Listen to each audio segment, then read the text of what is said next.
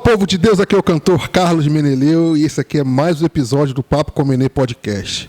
Já aproveitar essa oportunidade de te convidar para se inscrever no canal, ativar o sininho das notificações, deixar o seu like, o seu comentário.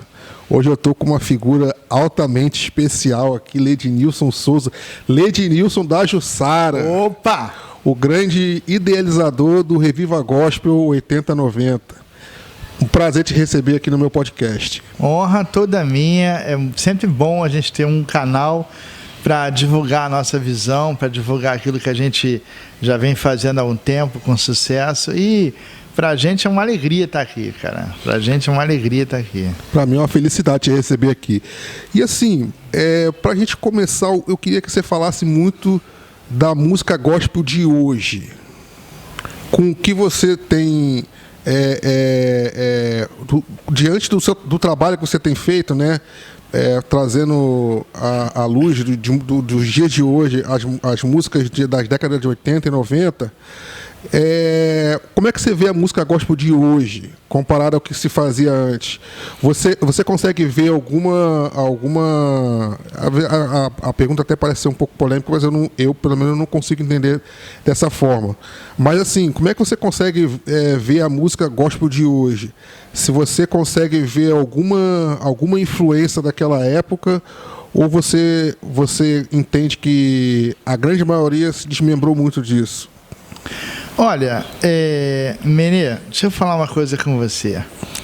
Existe muita coisa boa hoje, muita coisa boa surgindo hoje, entendeu? Mas a pessoa tem que garimpar nas plataformas, no YouTube, porque as grandes mídias não estão valorizando esse trabalho. É chamado um trabalho alternativo. Mas tem muita coisa boa. Se você começar a garimpar, você vai encontrar muito som, muita banda, muito instrumental também. Hoje está tendo muito instrumental. Muita gente legal, cara, que você para assim, é só você dedicar um tempo a isso e a pesquisar, e você vai encontrar muita coisa nova surgindo de qualidade, muito boa, com vídeos impressionantes, com produções muito boas. Você é um exemplo disso. Você é um cara novo que chegou agora e está com os clipes, que eu me apaixonei pelos seus clipes, a produção maravilhosa, e tem muito mais ainda, né?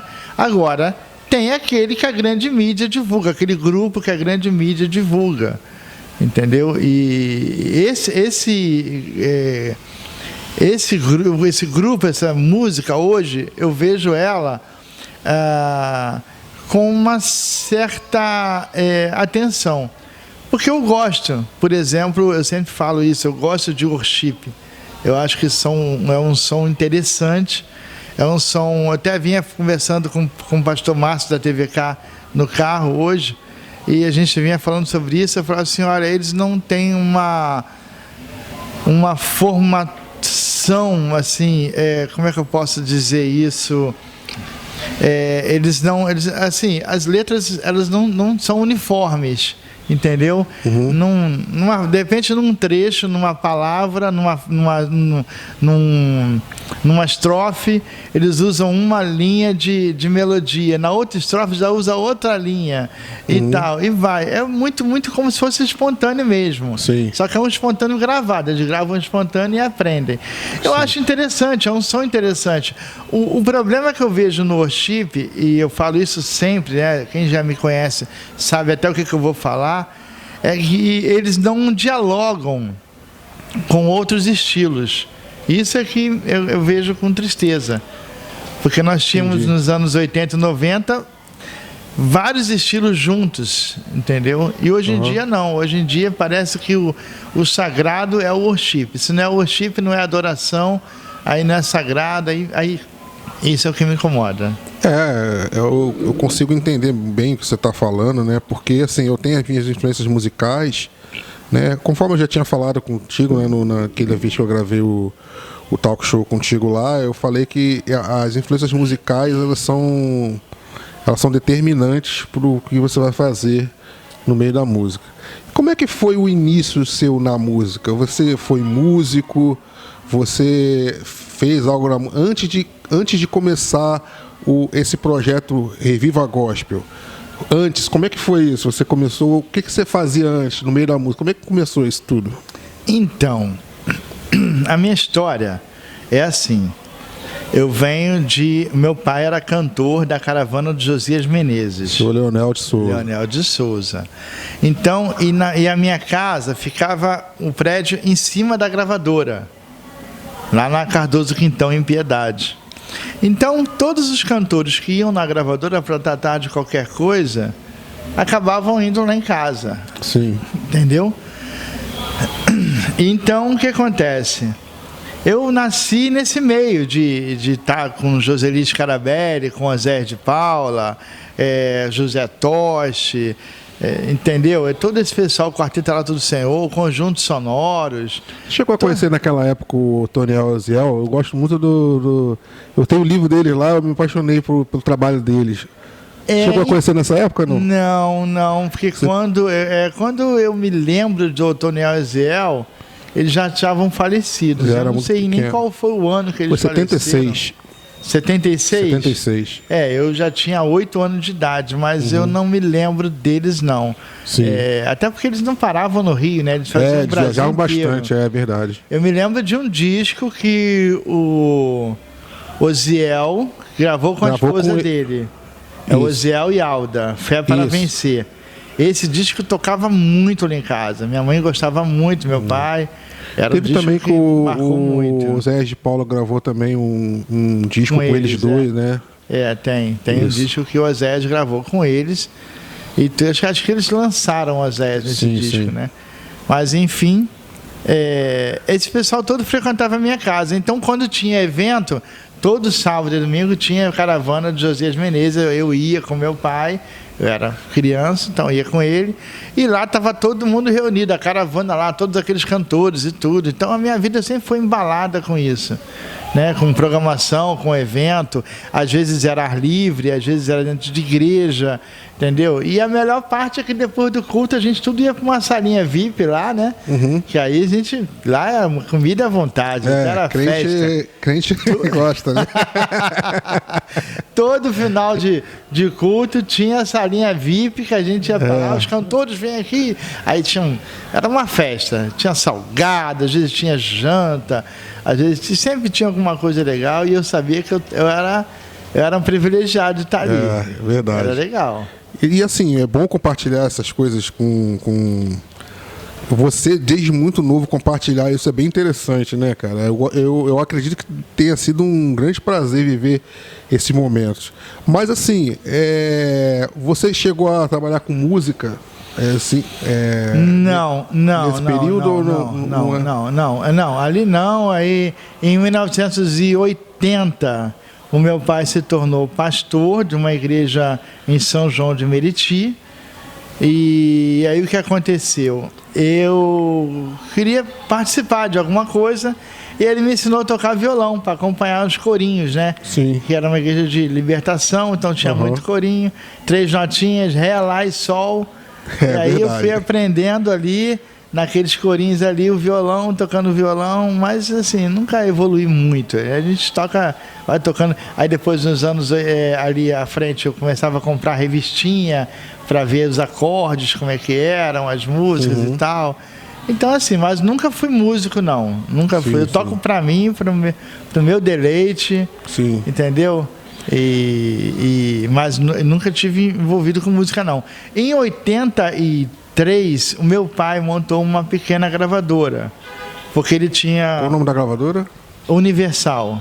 Ah, sim. Som Universal. Som Universal. O que aconteceu? Meu pai montou uma loja de disco em São João. Sim. A gente tinha muito disco, uma loja muito boa e tal. Só que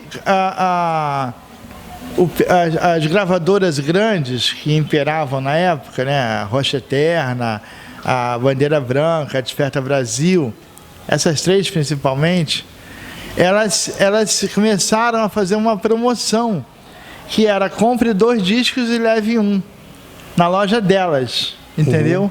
Dos títulos delas, que elas tinham muitos títulos. Sim.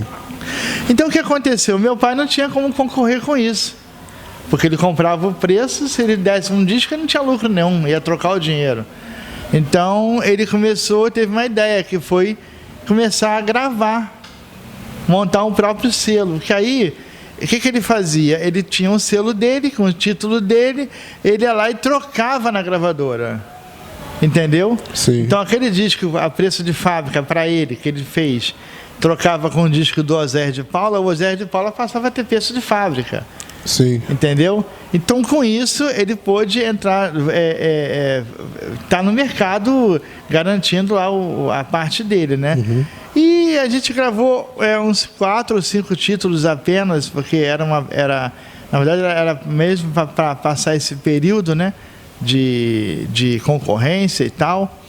Mas foi um tempo muito legal, porque eu comecei a frequentar estúdio, comecei a conhecer músicos de verdade, entendeu? Não músicos de igreja, mas aqueles profissionais que estavam no estúdio e tudo. Ele gravava no Havaí, o estúdio Havaí, que era o melhor estúdio aqui do Rio de Janeiro, assim, que os evangélicos usavam, entendeu? Que fica no central do Brasil. Era um estúdio de 16 canais. Isso era muito legal. Sim. Porque os estúdios antigamente... era 16 canais, era top. Era top. Porque antigamente os estúdios, mas tinham 4 canais. Tinha estúdio de 6 canais, entendeu? Então, gravar num estúdio de 16 canais era top, entendeu? É verdade. E foi uma experiência muito boa. Aí, depois passou essa fase, a gente foi vivendo outras situações, aí comecei a tocar na igreja, tocar em ar livre, música de igreja, né? Sim, sim. E tudo, e aí passou-se o tempo, e aí passaram-se 20 anos. Quando, em 2014, eu estava extremamente nostálgico, querendo ouvir as canções, querendo ouvir as músicas, vontade de ouvir Rebanhão, vontade de ouvir Janires, vontade de ouvir aquele som, né, Vencedores e tal. Banda Azul. E a gente não tinha acesso, Banda Azul. Aí o que eu fiz? Eu chamei meu filho e eu falei com ele assim: filho, eu estou aqui no Facebook, aqui, que eu tinha começado o meu Facebook. Eu migrei do Orkut para o Facebook, sim, né? Sim. Só que no Orkut eu tinha várias comunidade do Paulo César Graça e Paz, do Rebanhão, do Sinal de Alerta e tal. Eu tinha essa coisa de comunidade no Orkut. Sim.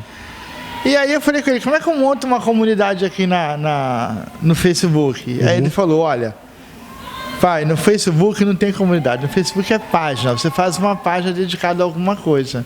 E aí eu peguei e fiz uma página chamada 8090, Gospel 8090, para armazenar uns vídeos e fotos, coisas para mim. Uhum. Não tinha interesse de divulgar nem nada, não. Sim. E aí eu ia no Facebook e botava lá, tipo, Rebanhão. Aí achei um vídeo do Rebanhão. Pô, legal. Baixava aquele vídeo. Quando eu ia procurar mais, o YouTube entendia que eu queria ouvir música gospel. Aí começava a mandar Tales, Diante do Trono, Trazendo a Arca, entendeu? Porque na mente do Facebook, do YouTube, ele achava que eu queria música gospel e começava a oferecer música gospel. Eu disse: mas não é isso que eu quero. Aí eu chegava, sentava lá, Martim Lutero, aí digitava, ficava procurando o vídeo do Martim Lutero, entendeu? E aí eu ia digitando um por um até achar os vídeos que achava interessante, eu baixava e colocava na minha página do Facebook. Mas para mim, era uma coisa minha. Aí depois, com o tempo, eu fui achando fotos também e tudo. Eu tinha alguns amigos também da época já. Aí eu baixava as fotos e tal, colocava na página, até que eu resolvi contar um pouco dessa história. Aí eu fiz um texto chamado Gospel 8090, parte 1. Depois eu fiz parte 2, parte 3, parte 4, parte 5. Quando eu estava na parte 5, a minha esposa, Jussara, ela leu. Até então ninguém tinha acesso àquilo. Entravam algumas pessoas assim, passavam a curtir, mas era muito por osmose. Sim. Aí ela olhou e viu: nossa, isso aqui é muito bom, meu amor, isso aqui é maravilhoso, você está contando essa história tem que ser contada. Poxa, começa a divulgar isso. Eu falei assim: você acha que alguém vai querer ver isso? Acha que alguém vai querer saber disso? Não, está muito bem contado, tal, você escreve bem, bora lá. Aí eu comecei a divulgar, pedir os amigos para curtir. Pô, curte a minha página aí, curte a minha página. Comecei a divulgar entre os amigos e familiares.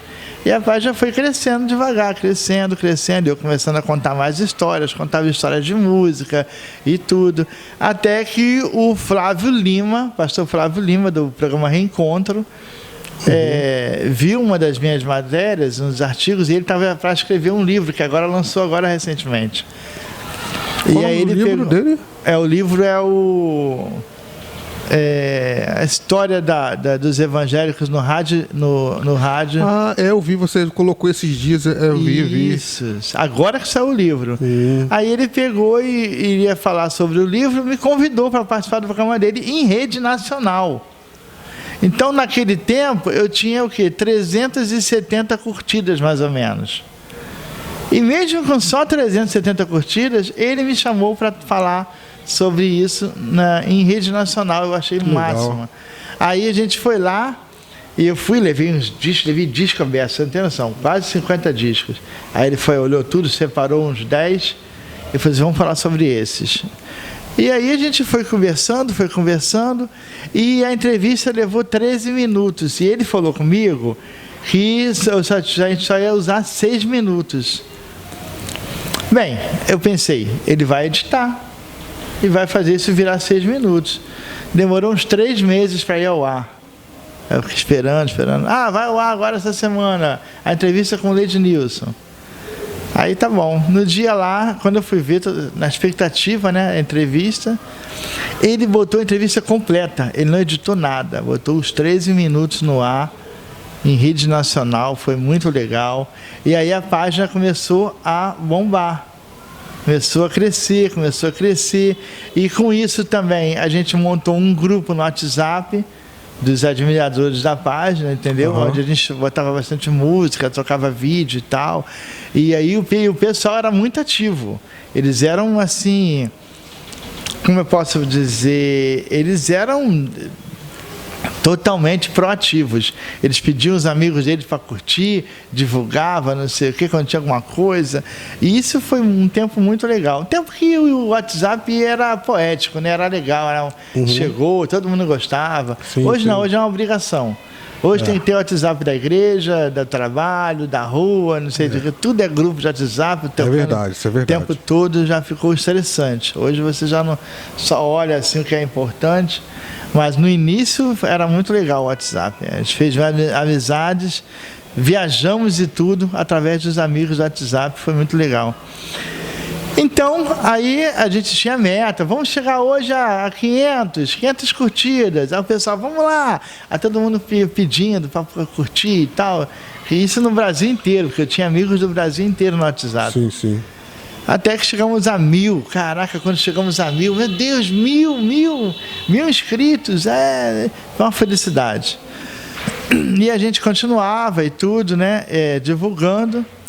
E a gente teve uma simpatia muito grande dos cantores e bandas da época, porque a gente divulgava eles. Aí começamos a chamar a atenção deles para a nossa visão, Sim. E a visão era de restaurar a fase poética. A nossa visão até hoje é trazer de novo esse som, essa sonoridade e essas bandas, esses cantores, que a maioria não morreu. Eu acho que a grande importância desse trabalho que você faz não é só trazer à memória o que a gente ouvia anteriormente, mas eu acho que é importante que o que a gente traz à memória traga uma influência para o pessoal de hoje, entendeu? Porque o pessoal, as referências que esse pessoal de hoje precisa conhecer, entendeu? O pessoal que precisa conhecer, às vezes a pessoa não investe o tempo para conhecer quem pavimentou a estrada que eles estão hoje. Ninguém tem muito. Como é que é o esforço que você faz para poder incentivar as pessoas a conhecer essas influências musicais nossas? Então, a gente fala assim, Tinha um comercial nos anos 80 que dizia sobre um biscoito chamado Tostines.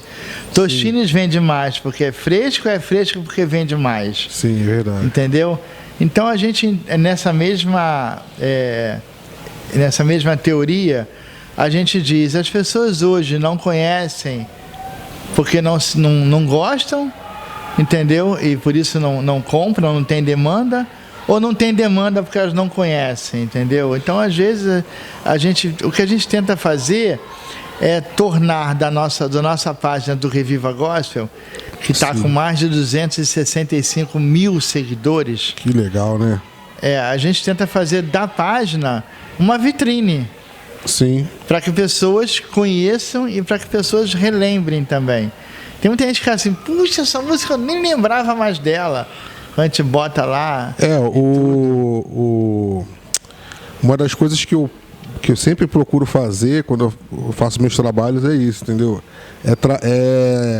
Conhecer, saber fazer, de repente, numa releitura mais atual, mais brazuca, mas que a gente possa trazer à memória algo que foi bom, que pavimentou a nossa caminhada e que as pessoas de hoje conhecem. Porque se for pegar uma pessoa nova, um garoto novo de hoje, ele vai falar, a minha referência é fulano de tal, mas fulano de tal tem sei lá, 15, 20 anos de carreira só.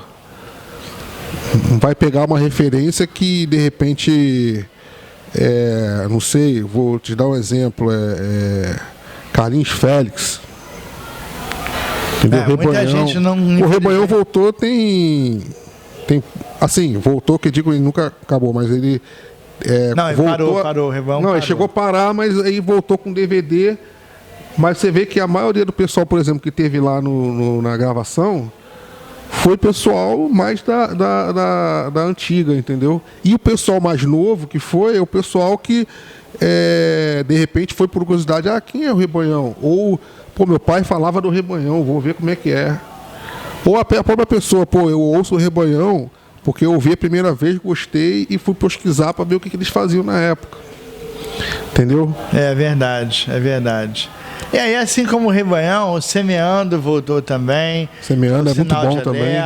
Isso. A banda Rema, entendeu? O Canto da Terra. Várias bandas voltaram, entendeu?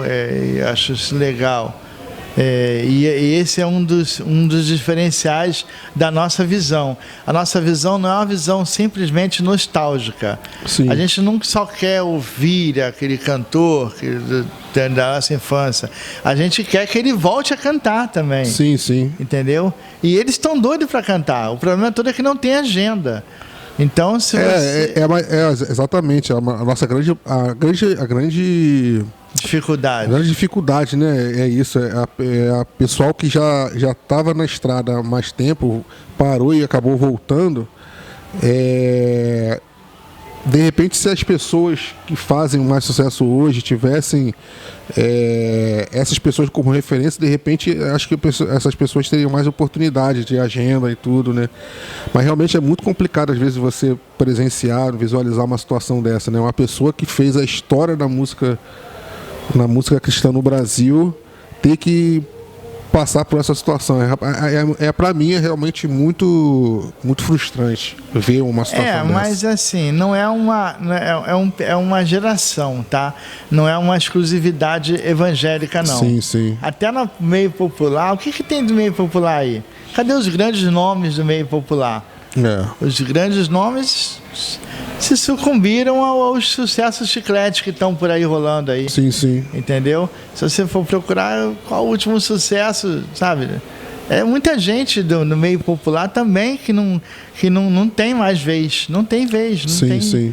Sabe? Tem um grupo remanescente aí que faz um evento, outro evento e tal, mas eles também não têm acesso à grande mídia. Então é uma questão dessa geração e dessa mídia que encontra hoje, que renovou tudo, mudou tudo, a música mudou, então eles mudaram tudo, simplesmente execraram Eu acredito toda uma que geração musical. Sim, é triste demais presenciar isso. Mas assim, nesse trabalho que você faz, são muitos cantores, muitas cantoras, muitos grupos, muitos ministérios. Mas eu queria saber se você pudesse destacar um ou alguém que você vê assim, poxa, essa pessoa ou esse grupo marcou a minha vida. Difícil, né? Eu fiz parte de uma geração que tinha Rebanhão, Sinal de Alerta, Banda e Voz, Catedral, Semeando, Banda Rema, que tinha, sabe, um monte de cantores, um monte de bandas maravilhosas, né? A própria Banda Fé, que você vai entrevistar o pastor Márcio Corrêa. Sim. Foi uma banda que eu frequentava muitos eventos deles na RBN. A nossa geração 80, 90, ela não tinha um ícone, ela tinha um movimento, entendeu? Então, dentro desse movimento, eu posso te dizer que eu curtia muito a Vigília de Bento Ribeiro, por exemplo. Sim. Vamos falar assim, ao invés de falar de nomes, vamos falar de eventos, né? Tinha a Vigília de Bento Ribeiro, que tinha um trabalho maravilhoso, toda primeira sexta-feira, infelizmente acabou, aonde lá se apresentavam as bandas mais principais, se apresentavam lá, entendeu? Sim. Mas isso também não era o forte da vigília, o forte da vigília mesmo era louvor e adoração, entendeu? Eles eram convidados a estar lá adorando e louvando a Deus. Então, não era uma coisa assim, o artista vai lá, vai tocar e vai embora. Não, eles ficavam lá a vigília inteira e adoravam com a gente, ouviam a palavra com a gente, oravam com a gente. Era um outro nível. Então, tinha a Vigília de Bento Ribeiro, tinha os eventos no Sesc de São João, que o Paulo César Graça e Paz promovia, entendeu? Tinha o Tabernáculo da Lagoa, toda semana tinha evento lá, entendeu? Eram muitos lugares assim que você ia e que lá estavam acontecendo as coisas. E claro, a RBN, né? O Teatro da Rádio Boas Novas era o ponto máximo, o ícone.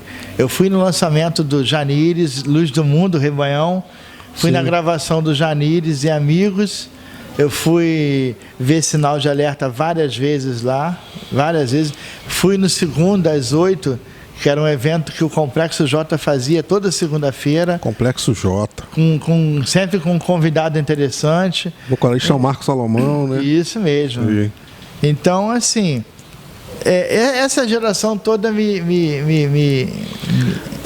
assim, eu sei que é muita gente para falar, mas eu queria citar 3 nomes aqui, que você pudesse falar um pouco sobre esses nomes. O primeiro que eu queria citar é o Paulo César Graça e Paz. Você podia falar alguma coisa do Paulo César Graça e Paz? Eu conheci o Paulo César, a gente conversava, ele chegou aí na minha casa. O Paulo César foi um cara tremendo, um visionário, um profeta da época, entendeu? E ele chegou com uma visão muito diferente. Os jovens da igreja estavam clamando por algo novo e ali eles ficavam esperando que alguma coisa acontecesse. Sim. Porque estava acontecendo no secular uma explosão, uma revolução, entendeu? Começava a surgir bandas e cantores e ritmos novos, isso a nível mundial. Sim. E na igreja, não, continuava aquela mesma coisa. Eu costumo dizer... Vamos lá. Eu costumo dizer que a nossa diferença de música evangélica para música popular nos anos 70 e 80 eram de 10 anos.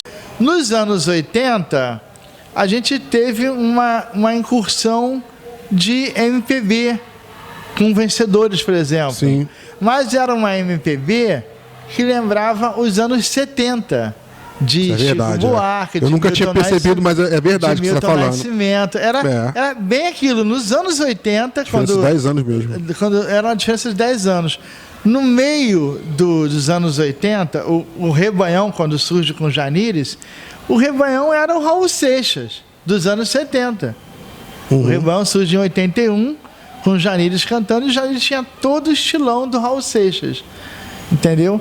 Só que em 85, na verdade 88, começa a surgir um estreitamento nessa linha do tempo. Sim. Quando, por exemplo, o Catedral tocava um ritmo e um estilo totalmente novo no nosso meio, que era o estilo atual. Uhum. Muita gente fala assim, Catedral é Legião e tal. Cara, mas Catedral, ele tocava um estilo inglês, que era o estilo do Nenhum de Nós, que era o estilo das bandas da época,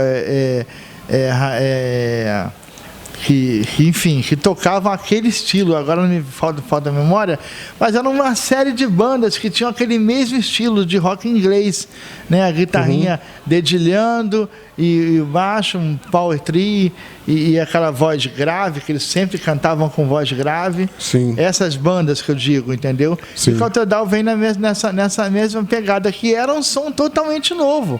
Eu, por exemplo, que era apaixonado pelo Sinal de Alerta, quando eu vi Catedral, opa, que isso? Que som é esse? Entendeu? E foi muito legal, era uma novidade. Aí começa a haver um estreitamento. Nos anos 90, quando surge a Revolução lá em São Paulo, com a música gospel, que aí vem Cátia Barneia, Oficina, Banda Rara, Kadosh, essas bandas de São Paulo que fizeram essa revolução lá. Sim. Aí nós já temos um páreo, já está o mesmo rock que você ouvia no secular, você já ouve agora também. Sim, sem esse gap de 10 anos, né? Entendeu? Já não tem mais isso. E isso é muito interessante, porque tornou a música aceitável. É verdade. Entendeu? Verdade. Quando ela vem com o mesmo som, fazendo o mesmo som, e eles estavam usando muito, falando de amor, de motivação e tal, não sei o quê, isso estreita uma relação com a mídia popular. Sim. Entendeu? Não Rio e São Paulo, mas o resto do Brasil, Norte, Nordeste, Sul, começa a tocar a música gospel nas suas FMs, por exemplo. Entendeu? Porque o eixo Rio e São Paulo é muito dominado pelas gravadoras, né? Sim. Então não é difícil entrar ali. É verdade. Mas assim, esse é o período em que as coisas vão se transformando. Aí a música... E eu vivi tudo isso, né? Qual a importância do Paulo César Graça e Paz? Vamos voltar ao Paulo César Graça e Paz. Muito bem. Bem, o Paulo César, o que acontece? Quando essa turma estava querendo, desejando alguma coisa, ele surge na Rádio Boas Novas com um programinha de 1 hora, de meio-dia a 1. E ele surge de uma forma meio assim, muito diferente. Ele surge falando gíria, ninguém falava gíria, entendeu? E ele carregava na gíria, traz um som diferente, ele traz undercount, ele traz umas músicas lá de fora, e ele valoriza algumas músicas aqui de dentro e tal, e é um som totalmente diferente, até que ele começa a fazer os seus eventos e aparece para o público. Quando ele aparece é um choque, porque ele era um ripongo, né? Usava uma boina, e usava sandália. Ele é o pai do Marcos Kinder, né? Isso, pai do Marcos Kinder, da Raquel. E aí, enfim, aí quando ele aparece aquele todo o estilo dele, barbudão e tal, de boina e tudo, falando gíria. E a gente meio que se espanta assim, mas ele começa a interagir com a gente. Ele fala aquilo que a gente entende. Sim. Ele era extremamente atual, entendeu? Então, e aí ele começa a trazer S8, por exemplo. Eu conheci S8 através do Paulo César Graça e Paz. E começa a fazer eventos também na RBN, né? Com jovens, eventos jovens. Isso era muito legal. Sim. Entendeu? Então, assim, até que ele conhece o Janires. O Janires vem... Que era o outro que eu ia falar. Janires Magalhães Manso. Janires vem para o Rio e cola com o Paulo César. Ele gosta do Baião e começa a chamar o Janires para tocar nos eventos dele. Sim. Entendeu? E uma vez ele até falou comigo assim, que quando o Janiles trouxe o baião era muito lento, era meio enxachado. Ele, não, bota velocidade nesse baião aí. Eu cheguei a ouvir as duas versões. Bota essa mais lenta é aquela do LP do cassete, né? Isso, do cassete. Aí depois veio o mais acelerado, que já foi no álbum Mais Doce que o Mel. Isso. Aí ele... Então, até a gravação foi o Paulo César que intercedeu. O Maurício havia herdado a gravadora do pai, né? Aí ele tinha a gravadora Doce Harmonia, e aí o Paulo César, ele gostava muito do Paulo César, e o Paulo César falou com ele, ó, grava essa rapaziada aí que é muito boa, essa rapaziada é legal e tal, grava eles. Aí o Maurício atendeu o pedido, gravou, e foi um dos discos que mais vendeu na Doce Harmonia. Estourou. E foi uma revolução. Uma vez eu vi o Carlinhos Félix contando uma história de que o disco vendia muito porque os pais quebravam e os filhos iam lá comprar outro. Que isso, cara, sério. Mas tinha isso mesmo, tinha pai que quebrava o disco do Rebaião. Qual a importância de Janiles Magalhães Manso para a música cristã brasileira? O Janiles, ele vem com uma linguagem totalmente diferente. Ele vem com poesia e crítica social. O que muda? A estrutura da música evangélica antes do Janiles era uma. Entendeu? Depois do Janiles, as pessoas começaram a ver que cabia aquilo na música evangélica. Entendeu? Ele falar de engarrafamento, de ônibus lotado, falar de guerra de Lampião, e não sei o quê, e todas essas coisas que ele fala, né? Casinha, por exemplo, é uma música que é uma crítica social. Sim. Eu cheguei a regravar, entendeu? Casinha, legal, cara. Casinha, ela mostra aquele mundo do Instagram, né? Tudo lindo, tudo maravilhoso. Isso. Entendeu? Mas depois mostra a fundo da realidade do que realidade. E depois ele dá uma solução para essa realidade. Isso aí, é verdade. Entendeu? Exatamente então, assim, isso. É uma genialidade muito grande. Mas além disso, além das músicas e da poesia, das coisas que ele fazia, o especial do Janiles, eu acho que porque ele era um grande homem de Deus, um missionário, entendeu? E vivia para pregar o evangelho, para pregar a salvação. E quem conheceu o Janiles pregando ou em atitudes assim, ele entrava no trem e começava a pregar, como esses pregadores de trem que a gente olha assim, o cara tá fazendo aí, atrapalhando, não vai ganhar nada e tal. O Janiles era um desses que pegava a Bíblia e no trem e começava a pregar, entendeu? O Janiles chegava numa praça e pregava. Tem muitas histórias sobre isso, né? O Sidney Amaro, o baterista da Band Voz, sempre recebia o Janiles na casa dele, lá no Estácio. E aí ele conta que um dia marcou com o Janiles na Praça Tiradentes. Aí foi lá, a Janiles, vou estar lá, tá hora, vamos lá. Tá.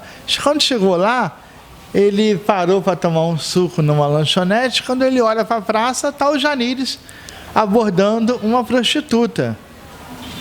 E aí ele ficou olhando assim, não entendeu nada, aí viu que o Janiles meteu a mão no bolso, deu um dinheiro para a mulher, entendeu?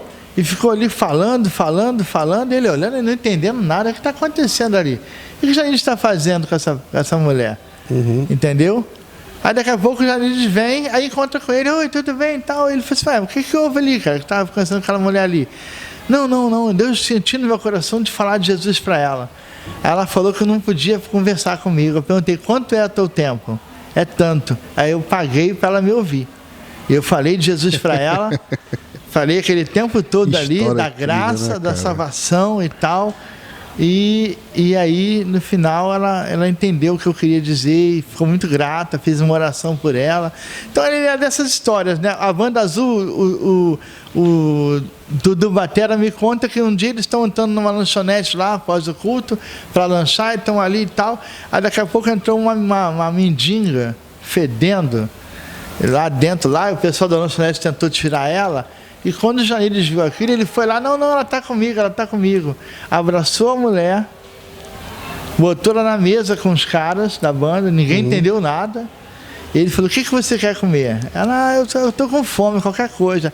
O lanche que ele pediu para todo mundo, ele pediu para ela também. Ela comeu com ele, ele pegou e falou de Jesus para ela e tudo. Então, assim, esse é o Janires, entendeu? Ele morreu, quando morreu, ele não tinha nada, além de uma mochila com poucas roupas e um violão.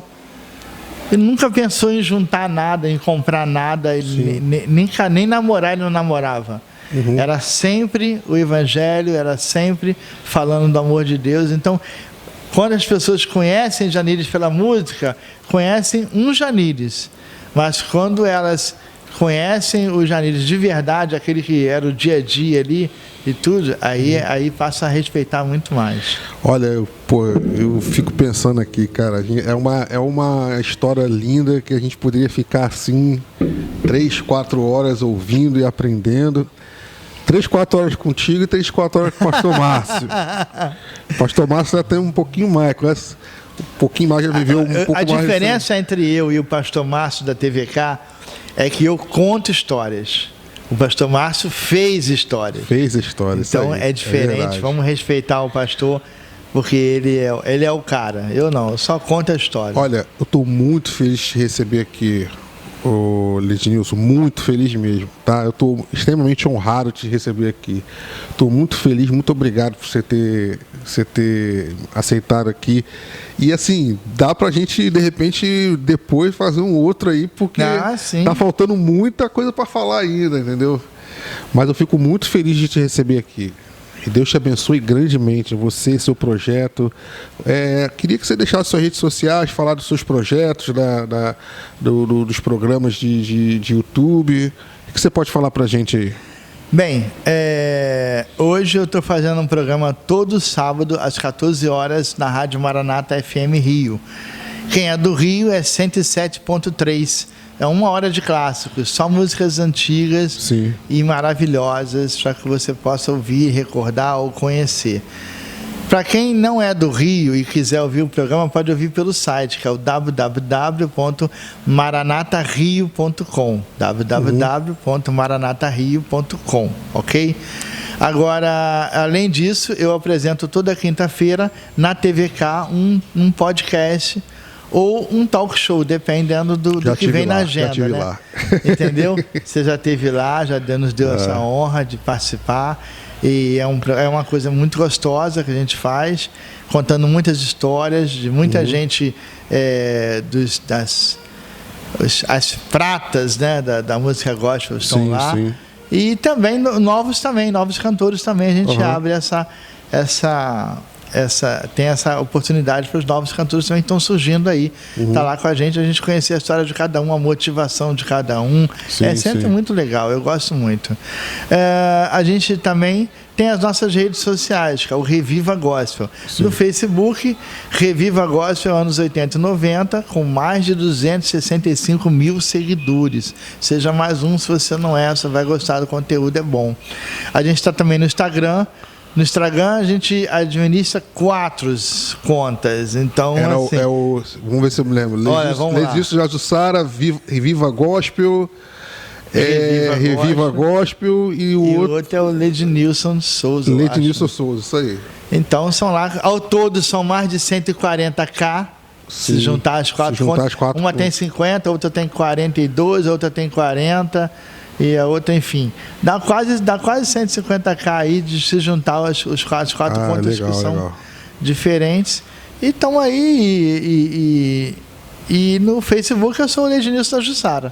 Tá ótimo. Então quem quiser saber mais sobre mim é só me seguir nas redes sociais, conhecer mais coisas. Amém. Fico muito feliz de estar te recebendo aqui. Que Deus te abençoe grandemente, meu amigo. Amém. Espero ter colaborado de alguma forma. Ou demais.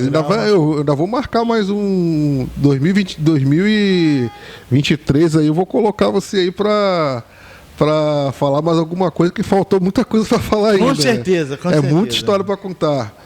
Muito obrigado. Então. Deus abençoe sua vida. Obrigado. Valeu, gente. Isso aqui foi mais um episódio do Papo com Menê Podcast. E mais uma vez reforçando para você se inscrever no canal, ativar o sino das notificações, deixar seu like, seu comentário. Que Deus te abençoe grandemente.